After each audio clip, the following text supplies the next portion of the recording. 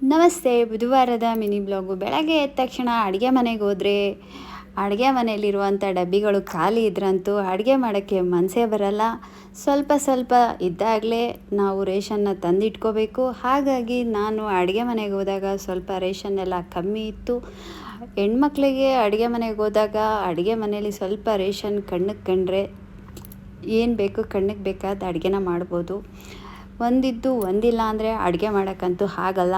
ಹಾಗಾಗಿ ನಾನು ಸ್ವಲ್ಪ ಹೊರ್ಗೋಗಿ ರೇಷನ್ ಎಲ್ಲ ತೊಗೊಂಡು ಬಂದೆ. ಮತ್ತು ಅದನ್ನೆಲ್ಲ ತಂದು ಸ್ವಲ್ಪ ನೀಟಾಗಿ ಯಾವ್ಯಾವ ಡಬ್ಬಿಗಳು ಹಾಕಬೇಕು ಹಾಕೋಣ ಅಂತೇಳಿ ಇಡ್ತಾಯಿದ್ದೆ. ಜೊತೆಗೆ ಯಾಕೋ ಟೀ ಕುಡಿಬೇಕು ಅನ್ನಿಸ್ತು. ಟೀನೂ ಕೂಡ ಸೈಡ್ಗಿಟ್ಟೆ, ಟೀ ಮಾಡೋಣ ಅಂತ. ಟೀ ಕುಡಿಯೋದ್ರಿಂದ ಆರೋಗ್ಯಕ್ಕೆ ಹಾನಿಕರ ಅನ್ನೋದು ಚೆನ್ನಾಗಿ ಗೊತ್ತು.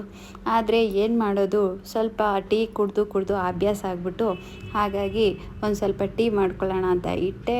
ಆಮೇಲೆ ಸ್ವಲ್ಪ ಡಬ್ಬಿಗಳಿಗೆಲ್ಲ ನೀಟಾಗಿ ರೇಷನ್ನೆಲ್ಲ ಹಾಕೋಣ ಅಂತೇಳಿ ನಾನು ಹಾಕ್ತಾಯಿದ್ದೆ. ಯಾಕೆ ಅಂದರೆ ಹಾಗೇ ಕವರಲ್ಲೆಲ್ಲ ಇಡೋಕ್ಕಾಗಲ್ಲ. ಹೆಂಗಿದ್ರು ಡಬ್ಬಿಗಳು ಖಾಲಿ ಇತ್ತು. ಜೊತೆಗೆ ಡಬ್ಬಿಗಳನ್ನೆಲ್ಲ ನೀಟಾಗಿ ವಾಶ್ ಮಾಡಿ ಇಟ್ಟಿದ್ದೆ. ಹಾಗಾಗಿ ಡಬ್ಬಿಗಳಿಗೆಲ್ಲ ಹಾಕಿಟ್ಬಿಡೋಣ ಅಂತೇಳಿ ನಾನು ಇಟ್ಟೆ. ಸ್ವಲ್ಪ ರೇಷನ್ಸ್ ಎಲ್ಲ ನಾವು ಬುಕ್ ಮಾಡೇ ತರಿಸ್ಕೋತೀವಿ.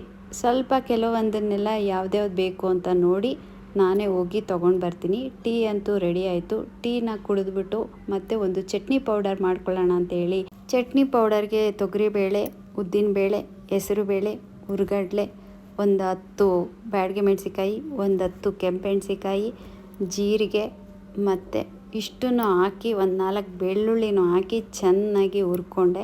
ಚೆನ್ನಾಗಿ ಹುರಿದಾಯಿತು. ಆರೋಕ್ಕೆ